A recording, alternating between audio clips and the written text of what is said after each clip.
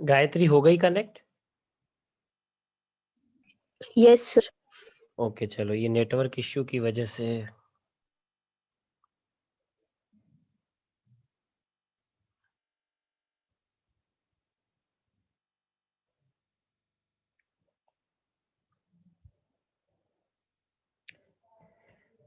तो यहाँ तक था। आप लोग बीच बीच में बताते रहना, कहीं कुछ लगे तो मुझे जरा बोलना, मैसेज करना या फिर ग्रुप में।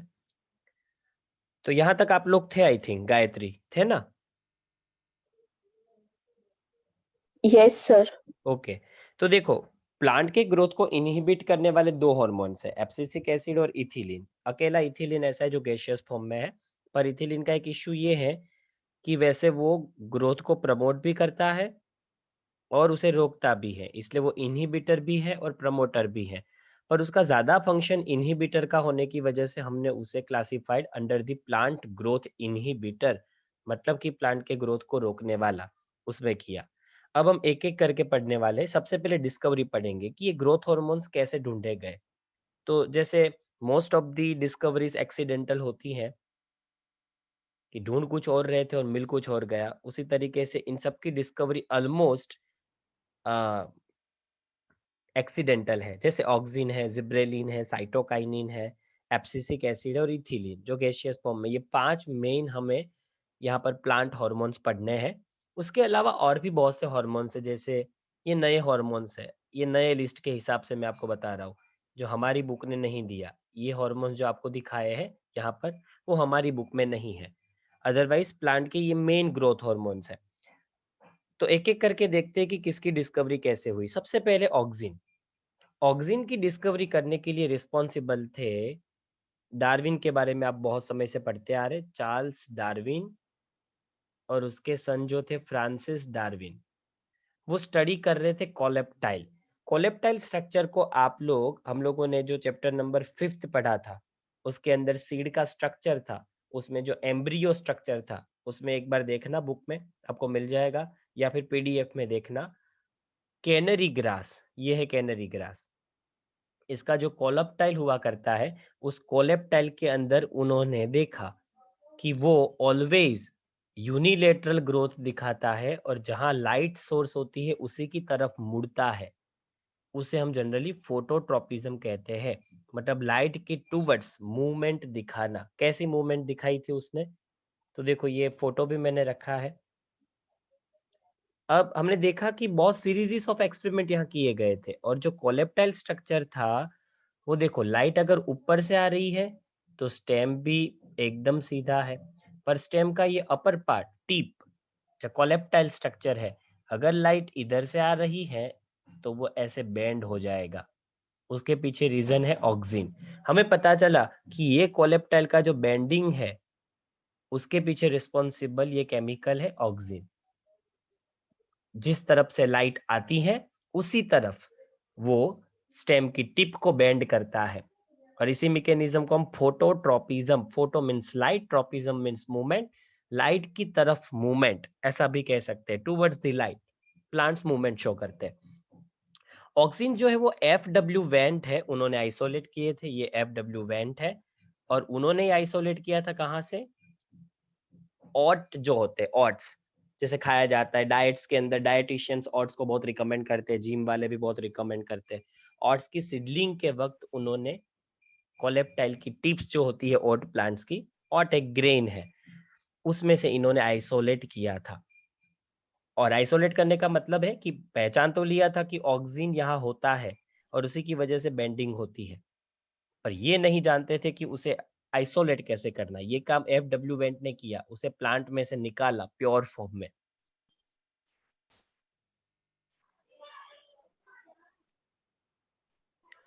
जिब्रेलिन की डिस्कवरी कैसे हुई? जिब्रेलिन की डिस्कवरी करने के लिए रिस्पॉन्सिबल थे ई क्यूरोसावा, जिन्होंने 1926 में देखा कि कुछ राइस प्लांट ऐसे थे जो बाकी प्लांट से बहुत बड़े हो गए थे। जैसे आप यहाँ कुछ प्लांट्स देखो, मैं हाईलाइट कर रहा हूँ वो फिगर में। अब ये सब साथ में ग्रो करवाए हुए प्लांट थे, फार्मर ने इन सारे प्लांट्स को एक ही साथ ग्रो करवाया था। तो ये जो सिलेक्टेड प्लांट्स फोटो में दिख रहे, वो इतने बड़े भी हो गए हैं, ग्रो हो गए हैं और उसमें राइस भी आ गए। तो ऐसा क्या हुआ कि इतना स्पीडी ग्रोथ इन प्लांट्स ने दिखाया? बाकी सारे प्लांट्स को देखे वो अभी छोटे हैं, उनमें राइज़ आए भी नहीं, इनमें राइज़ भी फॉर्म हो गए।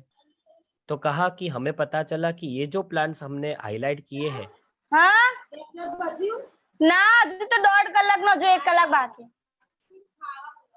उन प्लांट्स के अंदर ज़िब्रेल्ला फ्यूज़िक्यूरोई ये फंगस जो है वो लग गई थी। अब ये ज़िब्रेल्ला फ्यूज़िक्यूरोई कहाँ लगी थी? तो ये प्लांट्स में जिनका ग्रोथ बहुत ज़्यादा हो गया है, जो बहुत ज़्यादा हाइट वाले हो गए हैं, स्टेम भी उसका काफ़ी बड़ा हो गया है और उसके साथ-साथ उसमें राइज़ भी आ गए हैं। ऐसा इसलिए हुआ क्योंकि वो जिब्रेलिक एसिड छोड़ रहे थे।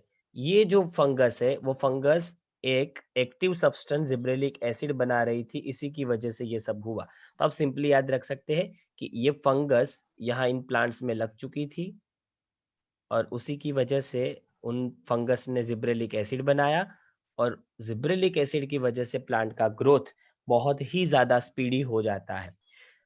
इस तरीके के ग्रोथ के लिए इन प्लांट्स को बकाने मतलब फुलिश सीडलिंग भी कहा गया। और उसमें जो ज़िब्रेल्ला फ्यूज़िकुरोई है वो कुछ ऐसी दिखती है। ये फंगस बनाती है ज़िब्रेलिक एसिड और वो ज़िब्रेलिक एसिड किसी भी प्लांट्स में दिया जाए तो वो प्लांट्स एकदम फटाफट से लंबा हो जाता है और उसमें फ्लावरिंग भी जल्दी से आ जाते हैं और उसका क्रॉप भी जल्दी बैठ जाता है उसमें। ऐसा नोट किया था क्यूरोसावा ने।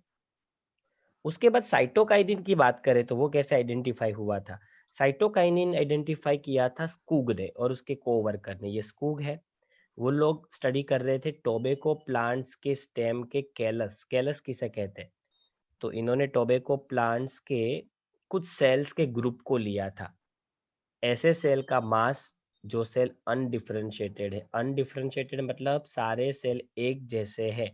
अभी वो epidermis, connective tissue, ground tissue, xylem, phloem मतलब वास्कुलर टिश्यू किसी में डिफरेंशिएट नहीं हुए।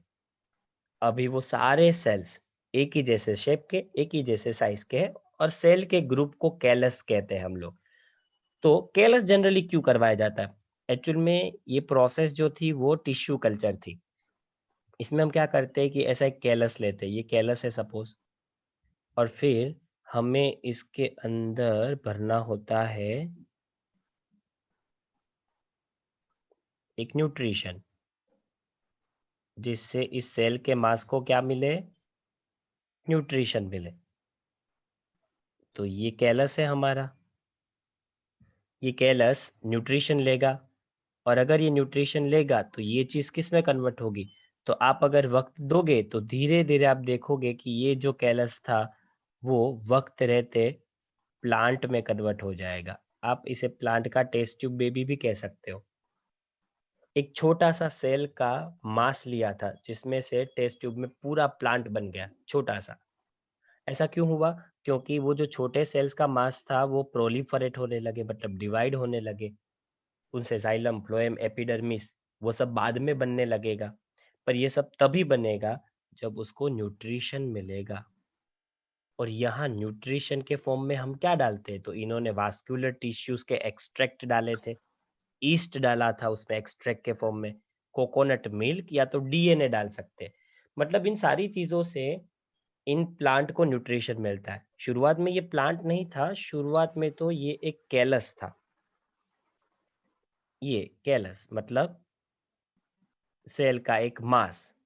फिर धीरे-धीरे वो ग्रो हुआ और फिर वो कन्वर्ट हो गया प्लांट के अंदर और इसे कहते हैं प्लांट का टिश्यू कल्चर हम। वैसे टिश्यू कल्चर कह सकते हैं या फिर आप वर्ड यूज़ कर सकते हैं प्लांट टेस्ट ट्यूब बेबी। अब हमें पता चला कि ये सब इसलिए हो रहा था क्योंकि ये जो भी एक्सट्रैक्ट हमने इसमें डाल रखे थे, उन एक्सट्रैक्ट के अंदर क्या था साइटोकाइनिन नाम का स्ट्रक्चर, जो एक्चुअल में काइनेटिन के नाम से भी जाना जाता है। इसी की वजह से टोबैको के अंदर जो हमने देखा था कि ऐसा एक सेल का मास था,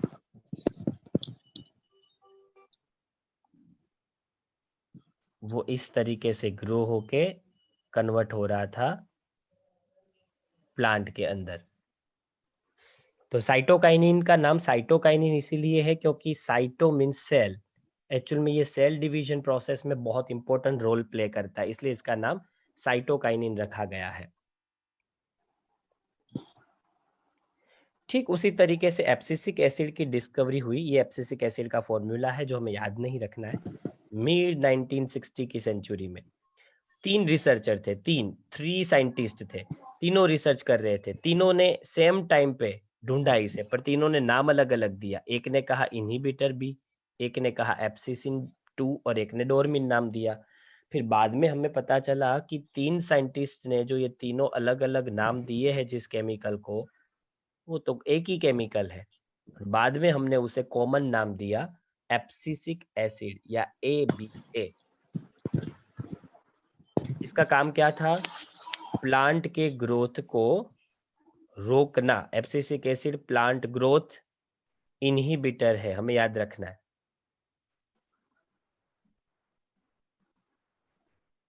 उसके बाद लास्ट था इथिलीन। उसकी डिस्कवरी कैसे हुई? तो हमें पता चला एच कजिन्स, ये 2 ब्रदर्स थे जो कजिन्स थे।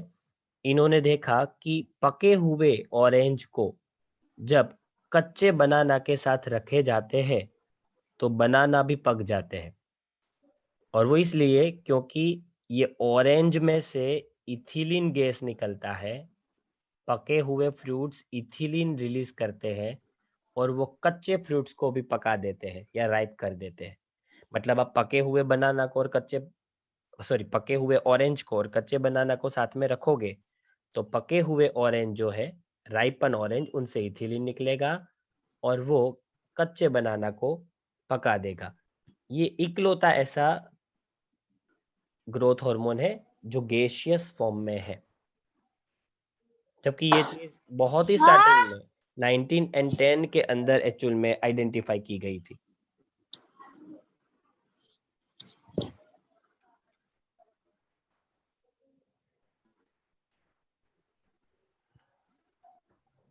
प्राची, शायद तुम्हारा माइक न्यू और लग रहा है, ऑन लग रहा है। चलो, मैंने कर दिया। गायत्री, आवाज आ रही है ना बराबर? Yes, sir. ओके, चलो अब हम बात ऑक्सिन्स की कर रहे हैं। हमने सबकी डिस्कवरी देख ली, अब सबका एक एक करके फंक्शंस देखते हैं। तो सबसे पहले जैसे हमने पढ़ा, ऑक्सिन जो है वो कैसे कहाँ से आया वो देखते हैं। ऑक्सिन का जनरल मीनिंग होता है ग्रो, मतलब ग्रोथ होना या ग्रो होना। ये लैटिन वर्ड से आया हुआ एक्चुअल में वर्ड है। इसका सबसे पहले आइसोलेशन हमने किया था यूरिन से। हाँ, इसे सबसे पहले डिस्कवर किया गया था, वो बात अलग है, कोलेप्टाइल से, कैनरी ग्रास में से डार्विन ने किया था। पर सबसे पहले आइसोलेशन उसका ह्यूमन यूरिन से हुआ था। कहाँ प्रोड्यूस होते हैं? तो हमने देखा कि स्टेम या तो रूट की जो टिप होती है, हम उसके लिए अपाइसिस वर्ड यूज कर रहे हैं। स्टेम और रूट की टिप पे ग्रो होगे, पर जरूरत उसकी पूरे प्लांट को है। इससे देखो क्या लिखा है, from where they migrated to the regions of their action. वो बनते सिर्फ स्टेम की टिप पे है। देखो टिप पे बन रही है, स्टेम की टिप है। ये भी अगेन स्टेम टिप है, वही बनेंगे। और रूट की टिप में बनते हैं, पर वहां से उसे पहुंचाना सारे प्लांट के हर एक पार्ट या तो स्ट्रक्चर को होता है। इसके फंक्शंस क्या होते हैं, पर उससे पहले क्लासिफिकेशन देखते हैं। तो नेचर ने जो बना के हमें दिए, तो प्लांट के अंदर आप देखोगे तो आपको नेचुरली ये ऑक्सिन्स मिलते हैं। एक है इंडोल 3 एसिटिक एसिड, जो उसका फॉर्मूला ऐसा है। इंडोल ब्यूटरिक एसिड जो ऐसा होगा। ये हमने लैब में बनाए हैं, नेचुरली नहीं मिलते। हमने रिसर्च करके इसे इन्वेंट किया है। एक्चुअल में ये डिस्कवर नहीं किए गए, ये इन्वेंट किए गए हैं। जैसे नेप्थेलिक एसिटिक एसिड और 2,4 डाइक्लोरोफेनॉक्सी एसिटिक एसिड। तो नीचे वाले 2 बनाए गए हैं, ऊपर वाले नेचुरली ही प्लांट्स फॉर्म करता है। ये हमने क्लासिफिकेशन देखा। फंक्शन देखते हैं। तो जनरली इनका फंक्शन क्या है? सबसे पहले इसका फंक्शन है इनिशिएट रूटिंग। अब आपको याद होगा कि रोज प्लांट जो होता है ना, उसके हम स्टेम कट करके डालते हैं ऐसे। थोड़ा सा स्टेम मिट्टी में डाल दिया, फिर ये थोड़ा एक स्टेम और मिट्टी में डाल दिया, एक स्टेम मिट्टी में डाल दिया। हम जनरली क्या करते हैं, स्टेम को कट करके, रोज अगर ग्रो करवाने हैं तो उसके स्टेम को कट कट करके जमीन में डाल देते हैं। फिर थोड़े वक्त के बाद आप देखेंगे तो उसके अंदर रूट्स फॉर्म होने लगते हैं। ये रूट्स फॉर्म करवाने का काम ऑक्सिन का है। जनरली ये चीज़ गार्डनर यूज़ बहुत ज़्यादा करते हैं, नए-नए रोज़ प्लांट्स बना के आपको बेचने के लिए। तो पुराने रोज़ प्लांट्स की ब्रांचेस को कट करके ज़मीन में डाल दिया जाएगा और वो ब्रांच या वो स्टेम अपने आप क्या करेगा, रूट्स फॉर्म करेगा। हम इसे प्लांट प्रोपगेशन कहते हैं। प्लांट का ही कोई पार्ट अगर नए प्लांट को फॉर्म कर रहा है, तो उसे प्लांट प्रोपगेशन या वेजिटेटिव प्रोपगेशन कहते हैं। इवन ऑक्सिन का मेन फंक्शन फ्लावरिंग प्रोड्यूस करना भी है, जैसे पाइनएप्पल में फ्लावर प्रोड्यूस करना, ये पाइनएप्पल फ्लावर है। आप देखेंगे तो वो फ्रूट और लीफ को अर्ली स्टेज में गिरने से रोकता है। अर्ली मतलब कौन सा स्टेज? जब अभी यंग है फ्रूट, अभी पूरे बने भी नहीं है, छोटे हैं। लीफ अभी यंग है, डेवलप स्टेज में है, तब उसे गिरने नहीं देता। पर जैसे ही लीव्स मैच्योर हो जाते हैं और फ्रूट्स भी मैच्योर हो जाते हैं, तो उसे एब्सिशन मतलब वो एजिंग प्रोसेस में डालता है, जिससे वो पक जाए या तो लीव से वो येलो हो जाए और नीचे गिर जाए। तो जब यंग स्टेज में है तब उसके फॉल को रोकता है, पर जैसे वो मैच्योर हो जाते हैं तब उसके फॉल को वो स्टिम्युलेट करता है। पार्थेनोकापी इंड्यूस इंड्यूस करेगा। पार्थेनोकापी कार्पी का मतलब होता है विदाउट फर्टिलाइजेशन फ्रूट प्रोडक्शन। मतलब वो टोमेटो के अंदर कोई भी फर्टिलाइजेशन प्रोसेस हुए बिना टोमेटो प्रोड्यूस करवाने का कैपेबिलिटी रखता है। मतलब ना पोलन ग्रेन्स चाहिए आपको, विदाउट पोलन ग्रेन्स टोमेटो बनेंगे। इसे पार्थेनोक्राप कार्पी कहते हैं, फर्टिलाइजेशन के बिना फ्रूट्स बनना। इसके साथ साथ जब नए प्लांट्स बन रहे होते हैं, सीड जर्मिनेट होता है जब, तब हमें नई जाइलम बनानी होती है। तो ये जाइलम को फॉर्म करने का काम वो भी ऑक्सिन करता है, और इवन वो सेल डिवीजन प्रोसेस में भी काफी हेल्पफुल है। ये ऑक्सिन्स के फंक्शंस हैं। और फंक्शंस में देखें तो ऑक्सिन्स काफी और भी जगह पर यूजफुल है, जैसे कि आप हायर प्लांट में देखेंगे तो जब तक अपाइकल बर्ड होता है तब तक प्लांट का लेटरल ग्रोथ नहीं होता। उसे अपाइकल डोमिनेंसी कहते हैं। मतलब क्या कि ऑलवेज आप देखेंगे तो ग्रोथ आपको ऊपर की डायरेक्शन में ही मिलेगा।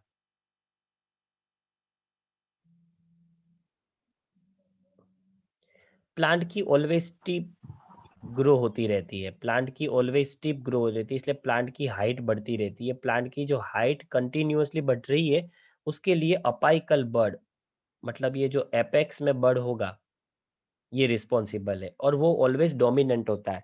इसलिए प्लांट की हाइट बढ़ती रहती है, पर नई ब्रांचेस यहाँ साइड में से ऐसे बनती नहीं है बहुत ज्यादा। पर अगर आप अपाइकल बर्ड को काट दो, जैसे यहाँ देखो इन्होंने ऊपर का पोर्शन ही काट दिया है, अपाइकल बर्ड कट कर दिया जिससे प्लांट की लेंथ बढ़ रही थी, तो उसे आप डीकैपिटेशन कह सकते हो, जिसमें आपने शूट की टिप को रिमूव कर दिया।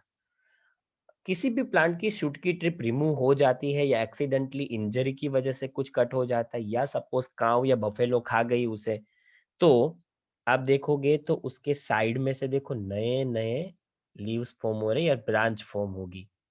इसके पीछे रिस्पॉन्सिबल है ऑक्सिन। ये ऑक्सिन की वजह से हो रहा है कि टिप कट होने के बाद भी साइड में से नई ब्रांचेस डेवलप हो रही है। मतलब ये जो ग्रो हो रहे हैं उसे लेटरल बर्ड कह सकते हैं। ये सब लेटरल बर्ड है क्योंकि साइड में आए हैं, मतलब लेटरल। ये चीज टी प्लांटेशन में बहुत काम में आती है, क्योंकि टी प्लांटेशन में ये लोग यही करते हैं। जैसे कि ये ऐसा है टी प्लांट, तो उसके जो ऊपर के लीव्स होंगे उसे ये लोग काट देंगे और फिर वापिस से टी में साइड में से नए लीव्स आएंगे। इवन हेज मेकिंग प्रोसेस आप लोग देखना, उसमें भी ऑक्सिन का बहुत ज्यादा यूज है।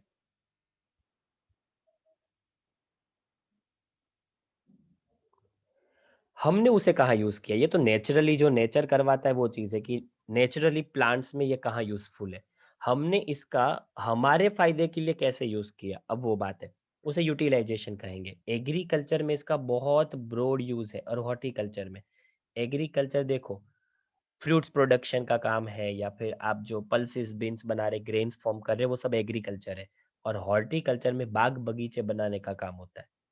तो हम इसे यूज कर रहे हैं हर्बिसाइड्स की तरह। हर्बिसाइड्स मतलब अननेसेसरी प्लांट्स जो होते हैं ना, जिसे हम वीड्स कहते हैं, उसे मारने के लिए। तो जब भी हम अपने फार्म में क्रॉप को ग्रो करते हैं तो उसके साथ-साथ कुछ अननेसेसरी प्लांट्स ग्रो हो जाते हैं, जो हमारे मेन क्रॉप प्लांट्स हैं, उनको न्यूट्रिशन नहीं पहुँचे देते, उससे उनका ग्रोथ डाउन होता है। उसे हम पहले कैसे क मारते थे? केमिकल्स स्प्रिंकल करके उसे किल कर देते थे, उन प्लांट्स को जो अननेसेसरी है। पर अब आप यूज़ कर सकते हो ऑक्सिन, क्योंकि 2,4-D जो सिंथेटिक ऑक्सिन है, ये ऑक्सिन डाइकोटिलेडोनस वीड को मार देता है। पर वो मैच्योर मोनोकोटिलेडोनस प्लांट्स को अफेक्ट नहीं करता। इसलिए जब आपका प्लांट, आपका क्रॉप मोनोकोट हो, आप किसी मोनोकोट क्रॉप को ग्रो करवा रहे हैं और उसमें कोई डाइकोटिलेडोनस वीड्स ग्रो हो गए हैं, तो उसे मारने के लिए 2,4-D आप यूज़ कर सकते हैं। 2,4-D के स्प्रिंकल से डाइकोटिलेडोनस वीड्स मर जाएँगे और सिर्फ बचेंगे कौन? मोनोकोटिलेडोनस प्लांट। ये मैंने लॉन का फ़ोटो इसलिए दिखाया है क्योंकि बहुत सारे गार्डनर ऐसी लॉन बनाने के लिए जनरली इसे यूटिलाइज़ करते हैं। कैसे? हम देखेंगे तो देखो, आप लोग कई बार गार्डन में देखते होंगे कि जैसे गार्डन की लॉन होती है वैसे अपने घर पे हम नहीं बना सकते। उसका रीज़न यही है क्योंकि उनकी लॉन वीड फ्री है और उस वीड को किल करने के लिए वो इस केमिकल का यूज़ करते हैं।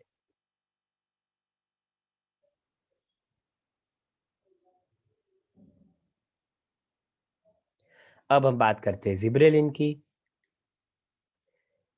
जिब्रेलिन कहाँ से मिला था? तो मैंने जैसे आपको बताया था, जिब्रेलिन जिब्रेला फ्यूज़िक्यूरोई नाम की फंगस से मिला था और उसके बाद हमें प्लांट्स के अंदर मिला। सबसे पहले तो हमने फंगी में देखा था।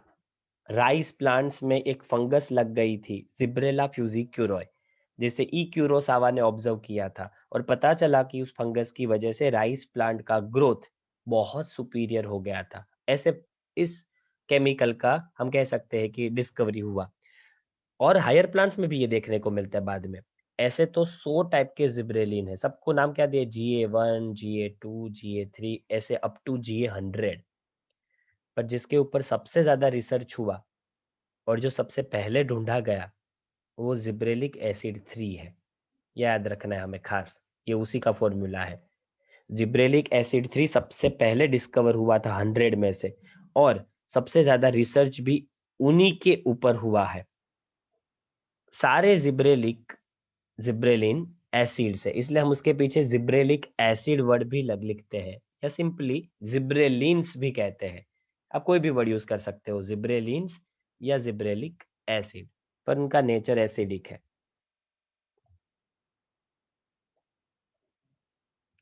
उसके बाद देखेंगे तो उनका क्या फंक्शन है। तो हम पहले प्लांट में देखते हैं और हमारे यूज़ के लिए भी हमने उसे कहाँ मतलब यूटिलाइज़ किया वो भी देखते हैं। तो प्लांट के अंदर बहुत सारी जो फिजियोलॉजिकल प्रोसेसेस है, फ्लावरिंग प्रोसेसेस है, फ्रूट्स प्रोडक्शन की प्रोसेस है, उनके बॉडी के अंदर अ, फूड प्रोडक्शन करके उसे सप्लाई करने की, या जैसे फ्लोएम है वो एक जगह से दूसरी जगह फूड को ट्रांसपोर्ट करता है, वो प्रोसेसेस है, वो सब फिजियोलॉजिकल प्रोसेस हुई। इन सब प्रोसेस में से कुछ-कुछ प्रोसेस है उसके ऊपर इसकी काफ़ी इफ़ेक्ट है। जैसे कौन-कौन सी प्रोसेसेस प्लांट की जिसके ऊपर ये अफ़ेक्ट करता है? तो ये ग्रेप्स के स्टॉक जो होते हैं उसकी लेंथ को इंक्रीज़ करता है। अब ग्रेप स्टॉक किसे कहते हैं? इसलिए मैंने ये फ़ोटो यहाँ रखा। ये जो आपको डंडी दिख रही है, उसे ग्रेप स्टॉक कहते हैं। इसकी लेंथ को बढ़ाता है। इसकी लेंथ के बढ़ने से ग्रेप्स का अमाउंट बढ़ेगा। अगर ये डंडी छोटी होगी तो उसमें कम ग्रेप्स आएगी, उसमें ज़्यादा ग्रेप्स आएगी भी नहीं। जितनी ये डंडी बढ़ी उतना ग्रेप्स ज़्यादा प्रोड्यूस हो गई, इसलिए ग्रेप स्टॉक बढ़ाता है ये जिब्रेलिन। इवन ये एप्पल के अंदर एक इलोंगेशन करता है। अब देखो, ये एप्पल जो है वो थोड़ा इलोंगेटेड है। इलोंगेटेड मतलब लंबा, राउंड नहीं है। और उसका शेप जो है, बेटर शेप, वो भी जिब्रेलिन देता है। एक तो एप्पल को थोड़ा इलोंगेट करता है, लंबा करता है, साथ-साथ उसके शेप को इम्प्रूव करता है। जिब्रेलिन सेनेशन प्रोसेस को रोकता है। सेनेशन मतलब पत्तों का गिर जाना, किसी भी चीज़ का फॉल हो जाना, जैसे फ्रूट्स का फॉल होना, लीव्स का फॉल होना। अब ये क्या करता है, जिब्रेलिक एसिड अगर आप स्प्रिंकल करोगे तो आपके एप्पल लंबे वक़्त के लिए आपके प्लांट्स के साथ चिपके रहेंगे। तो फ़ायदा क्या होगा? एप्पल की सीज़न चली जाएगी, उसके बाद भी एप्पल आपके प्लांट्स के साथ अटैच्ड होंगे। तो आप अगर सीज़न पूरी होने के बाद एप्पल को मार्केट में लाओगे, तो उससे आपको ज्यादा पैसा मिलेगा, क्योंकि जब सीजन होती है तब तो बहुत सारा कंटेंट, मतलब बहुत सारे एप्पल मार्केट में होते हैं, तो प्राइस डाउन होती है। पर जब आउट सीजन में किसी भी चीज को बेचो तो वो ज्यादा पैसा देती है। इस तरीके से आप लंबे वक्त के लिए एप्पल को मार्केट में बेच सकते हैं। इसे स्प्रिंकल करने से, इसे प्लांट को देने से, प्लांट के फ्रूट्स नॉर्मल टाइम में जितने मतलब फॉल हो जाते हैं उस टाइम पे फॉल नहीं होंगे और लॉन्गर टाइम तक प्लांट से चिपके रहेंगे। इवन अल्कोहल बनाने की प्रोसेस जो है उसमें माल्टिंग प्रोसीजर होती है। ब्रूइंग इंडस्ट्री मतलब अल्कोहल बनाने वाली इंडस्ट्री। अल्कोहल मेकिंग इंडस्ट्री को ब्रूइंग इंडस्ट्री हम जनरली कहते हैं।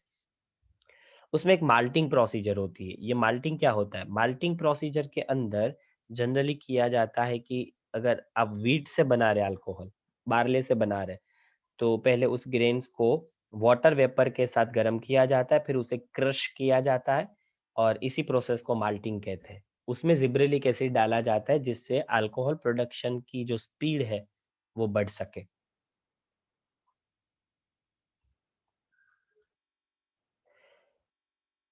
अगर आप शुगर केन के फार्म में, शुगर केन कार्बोहाइड्रेट को स्टोर करती है, शुगर केन जूस हम पीते हैं उसके अंदर सुक्रोज होता है जो एक कार्बोहाइड्रेट है।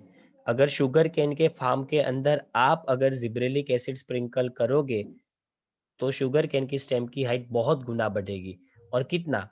1 एकड़ में आपको 20 टन जितना प्रोडक्शन इंक्रीज करके देगा जिब्रेलिन। तो ये तो बहुत बड़ा फायदा होगा। हमने अपने फायदे के लिए जिब्रेलिन को कैसे यूज किया? प्लांट में तो नेचुरली ये फॉर्म होता ही है और प्लांट को तो ये हेल्प करता ही है, पर हम लोग अगर इसे एक्स्ट्रा अमाउंट में किसी प्लांट्स को दे तो उससे हमारा क्या प्रॉफिट होगा, ये हमें यहाँ बताया है।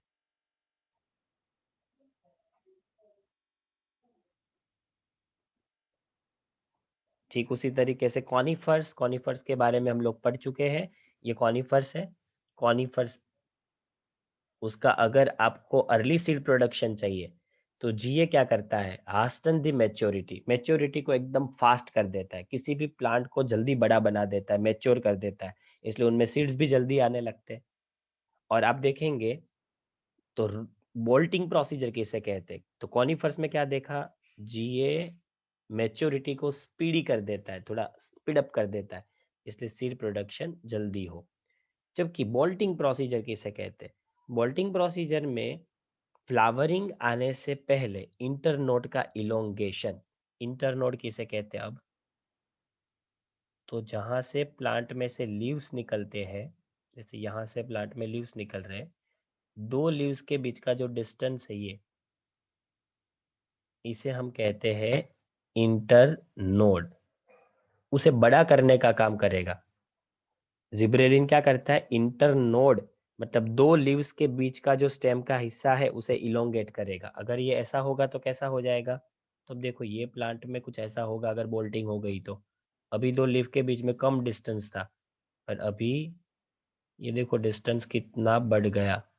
ये डिस्टेंस बढ़ाने का काम जिब्रेलिन ने किया। किस प्लांट्स में करता है ऐसा? तो जिन प्लांट्स में रोजेट हैबिट्स है, मतलब रोज पेटल्स जैसे अरेंज है उस तरीके से अरेंजमेंट उनके लीव्स का होता है। जैसे बीट है, जैसे कैबेज है, कैबेज में देखो one after one, one after one, और पूरा सर्कुलर पैटर्न के अंदर सारे लीव्स अरेंज होते हैं। जैसे रोज के अंदर पेटल्स अरेंज है, ठीक उसी तरीके का अरेंजमेंट कैबेज के अंदर है, पत्ता गोभी जिसे हम कहते हैं। इन प्लांट्स के अंदर वो क्या करता है? तो इन प्लांट्स के अंदर हमने देखा कि लीव्स के बीच का जो डिस्टेंस होता है उसे वो इंक्रीज करता है। तो कुछ ऐसा हो जाएगा, लीव्स के बीच का डिस्टेंस इंक्रीज होगा। पहले इतना था और उससे बढ़ के देखो कितना हो गया। ये काम करता है जिब्रेलिक एसिड। उसके बाद है साइटोकाइनिन। साइटोकाइनिन जो है उसकी डिस्कवरी एज अ काइनेट इनके फॉर्म में हुई थी। तो हमें एक चीज यहाँ याद रखनी है, वो ये, तो हमारा लेक्चर वापस से 10 मिनट में खत्म हो जाएगा, तो रीजॉइन करना आप लोग। सर 1.5 आवर का है। हाँ, सर तो वो संजना और वो लोग नहीं आए आज? नहीं उनकी एग्जाम शुरू हो गई ना। स्कूल एग्जाम 11 साइंस की। अच्छा, तो वो लोग लेक्चर ही नहीं करेंगे? हाँ, तो पढ़ेंगे फिर कैसे, इसलिए नहीं कर रहे। ओके। तो देखो, साइटोकाइनिन एक्चुअल में काइनेटिन के फॉर्म में डिस्कवर किया था। वो एक्चुअल में काइनेटिन है। काइनेटिन मतलब क्या? एडेनिन जो हम लोग पढ़े थे डीएनए बनाने के लिए यूज होता है, जिसे प्यूरिन भी हमने कहा था, ये उसी का मॉडिफाइड वर्जन है।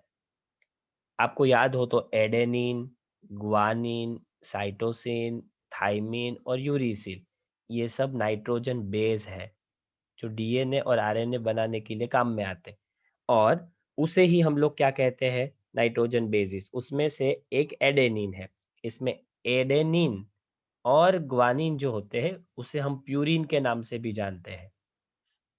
और ये तीनों जो है सी, टी और यू, उसे पिरिमिडिन्स के नाम से जानते हैं। तो ये एडेनिन का बना हुआ केमिकल था और हमें मिला था हेरिंग नाम की मछली जो है उसके स्पर्म डीएनए से। ये हेरिंग फिश है। वैसे कहते हैं कि काइनेटिन प्लांट्स के अंदर नेचुरली फॉर्म नहीं होता। नेचर किसी भी प्लांट में साइटोकाइनिन नहीं बनाता। साइटोकाइनिन और बाकी जगहों पे आपको देखने को मिलेगा, पर प्लांट्स के अंदर नहीं मिलेगा। हाँ, प्लांट्स के अंदर साइटोकाइनिन जैसी इफेक्ट करने वाला जिएटिन जरूर मिला, पर साइटोकाइनिन नहीं मिला। जिसकी इफेक्ट साइटोकाइनिन लाइक थी। कहाँ से मिला? कॉर्न कर्नेल्स ये, और कोकोनट मिल्क।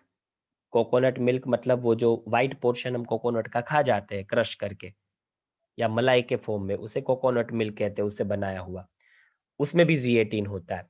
जी18 के बाद हमें काफी नेचुरली अकरिंग साइटोकाइनिन मिले। साइटोकाइनिन का एक ही काम है, सेल डिवीजन प्रोसेस को स्पीड अप करना।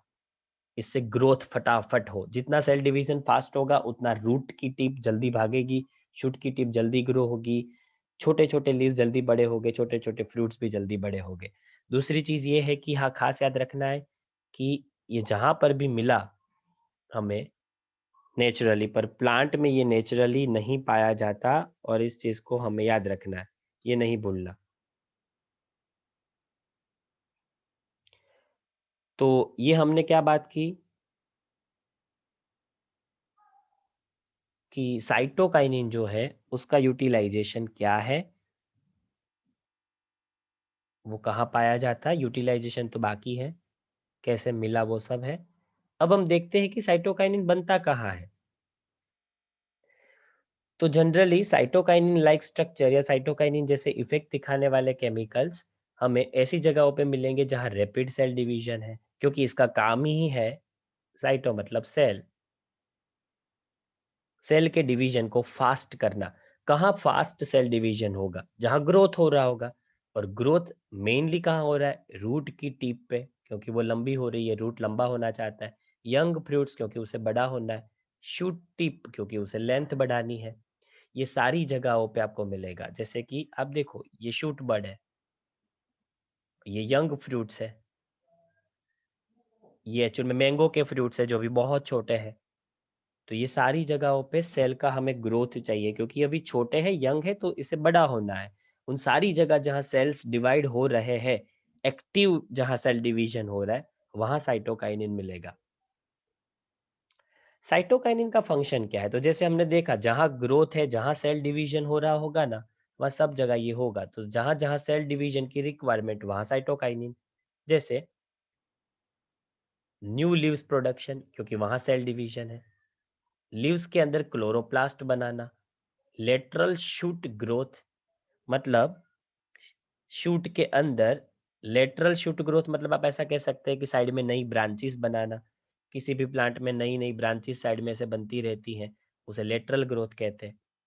एडवेंटिशियस शूट फॉर्मेशन, एडवेंटिशियस ये क्या होता है? एडवेंटिशियस एक्चुअल में रूट फॉर्मेशन होगा। एडवेंटिशियस रूट फॉर्मेशन का मीनिंग है कि रूट्स जनरली फॉर्म होते हैं रेडिकल नाम के पोर्शन से एम्ब्रियो के। पर अब इसमें देखो, ये अपना बनियन ट्री होता है उसमें। अब बनियन ट्री में क्या होता है कि बनियन ट्री के अंदर ऐसी ब्रांचेस होती है। अब ये ब्रांचेस साइड में बहुत बड़ा ग्रोथ करती है। अब उसी की वेट की वजह से उसे टूटने की ज्यादा डर रहता है, इसलिए वो अपने ऊपर से इस तरीके के प्रॉप रूट्स बनाती है, जिससे हम लटक के झूला झूलते हैं। ये प्रॉप रूट्स एक्चुअल में एडवेंटिशियस रूट्स के नाम से जाने जाते हैं। एक्चुअल में रूट्स ब्रांचेस से कभी जन्म नहीं लेते, बर्थ नहीं लेते, पर ये रूट्स जो ब्रांच से बर्थ लेते हैं, जो अपनी एबनॉर्मल लोकेशन से मतलब फॉर्म हो रहे, उसको एडवेंटिशियस कहा जाता है। और इवन ये अपाइकल डोमिनेंसी को भी ओवरकम करता है। अपाइकल डोमिनेंसी मतलब कि किसी भी प्लांट में आप देखेंगे तो मोस्टली प्लांट की हाइट जो है वही ज्यादा ग्रो होती है उसकी टिप की वजह से। इसे अपाइकल डोमिनेंसी कहते हैं। और अपाइकल डोमिनेंसी को ओवरकम करने से क्या फायदा होगा कि साइड में से भी ब्रांचेस बनेगी, लेटरल ग्रोथ होगा। अगर अपाइकल ग्रोथ बहुत होगा तो प्लांट नई ब्रांचेस साइड में नहीं बनाएगा, पर इस तरीके से फैलेगा साइटोकाइनिन की वजह से। ये एक बड़ा फायदा हमें मिल सकता है इसकी वजह से। दूसरा ये क्या करता है कि जब भी उसे पता है कि कोई लीफ स्ट्रक्चर है वो गिरने वाला है, वो एजिंग प्रोसेस में है और अभी वो गिर जाएगा नीचे, तो उसके अंदर जो भी न्यूट्रिशन है वो तो मुफ्त के नीचे चले जाएंगे। तो जैसे मरने वाले बूढ़े माँ बाप से, दादा दादी से लोग मांग लेते हैं ना कि ये गहने वो दे दो, पैसा कहाँ रखा था वो बता दो, वैसे अब हम क्या करेंगे, जैसे ये लीव्स गिरने वाला है तो उसके सारे न्यूट्रिशन को प्लांट अपने अंदर वापस खींच लेगा, जितने वो खींच सकता है। उसे मोबिलाइजेशन कहते हैं। इतना उसे कम एब्जॉर्ब करना पड़े, क्योंकि ये तो वैसे भी गिर जाने वाला है अपने साथ सारे मिनरल्स को नीचे लेके। इसे बेटर जितना हम उससे ले सकते उतना तो हम उससे ले ले। ये प्रोसेस भी साइटोकाइनिन की वजह से होती है। उसके बाद इथिलीन है। इथिलीन एक गैसियस पीजीआर है। मैंने आपको बताया कि इथिलीन का काम फ्रूट्स पकाना है मेनली। आप देखें तो ये एक अकेला ऐसा हार्मोन है प्लांट का जो गैस फॉर्म में है, और इसका सिंथेसिस कहाँ होगा और इसका फंक्शन क्या है ये देखते हैं। जैसे ही हमारा कट ऑफ ज्वाइन होना 10 मिनट का ही बाकी है सिर्फ, तो ये पोर्शन पूरा हो जाए और ये चैप्टर में इतना ही कंटेंट है, चैप्टर ही पूरा हो जाएगा। तो देखो ये क्या करते हैं, जहां पर फ्रूट पक रहे, जैसे मैंने आपको कहा कि इथिलीन का मेन फंक्शन फ्रूट्स को पकाना है, और दूसरा जहां पर सेनेशन चल रहा है, जहां पर टिश्यू एजिंग प्रोसेस में जा रही है, जहां पर टिश्यू एजिंग प्रोसेस में जा रही है, ऐसे लीव्स या ऐसे फ्रूट्स जो अभी पक के नीचे गिरने वाले हैं, या लीव्स जो बूढ़े हो रहे हैं और वक्त आ गया है उसके नीचे गिरने का, फॉल होने का, या फिर फ्रूट्स जो पक रहे हैं वहां इसका सबसे ज्यादा अमाउंट आपको मिलेगा। ये सीडलिंग प्रोसेस में खास काम करता है, हॉरिजॉन्टल ग्रोथ जिसे कहते हैं, सीड का जर्मिनेट होना। इसमें आप देखोगे तो ये जो एक्सिस है उसको स्वेल मतलब कि थोड़ा सा मोटा करने का काम भी करता है। उसके साथ साथ यहाँ आपको एक स्ट्रक्चर दिख रहा होगा, ये ऐसे झुक गए हैं, ये देखो ऐसा टर्न मिल रहा है हमें। ये जो टर्न है ना उसे हुक कहते हैं, अपाइकल हुक। ये ऐसे मुड़े हुए इसलिए है क्योंकि इथिलीन ने उसे ऐसे मोड़ा है। तो ये सारे फंक्शंस देखे ना तो ऐसा लग रहा है कि ये एक्चुअल में ग्रोथ कर रहा है। इसका फंक्शन ग्रोथ का है, क्योंकि मैंने आपको कहा था कि इथिलीन जो है वो एक्चुअल में ग्रोथ प्रमोटर भी है और ग्रोथ को रोकने वाला भी है। तो जैसे ही लेक्चर कट हो वापस रिजॉइन करना सब। तो ये फीचर्स ग्रोथ करने के लिए है और ये ग्रोथ को रोकने के लिए है। ये दोनों फंक्शन करता है, ग्रोथ को करवाता भी है, स्टिम्युलेट करता है, प्रमोट करता है, और ग्रोथ को रोकता भी है, जैसे सेनेशन और एब्सिशन। प्लांट के लीव्स और प्लांट्स के फ्रूट्स को बुढ़ापे की तरफ, एजिंग की तरफ ले जाता है, और जब वो बूढ़े हो जाए तब उसे नीचे गिरा देता है। तो ये प्रोसेस है इथिलीन की और उसका फंक्शन। अब जैसे बंद हो तो हम शुरू करें इस स्लाइड से।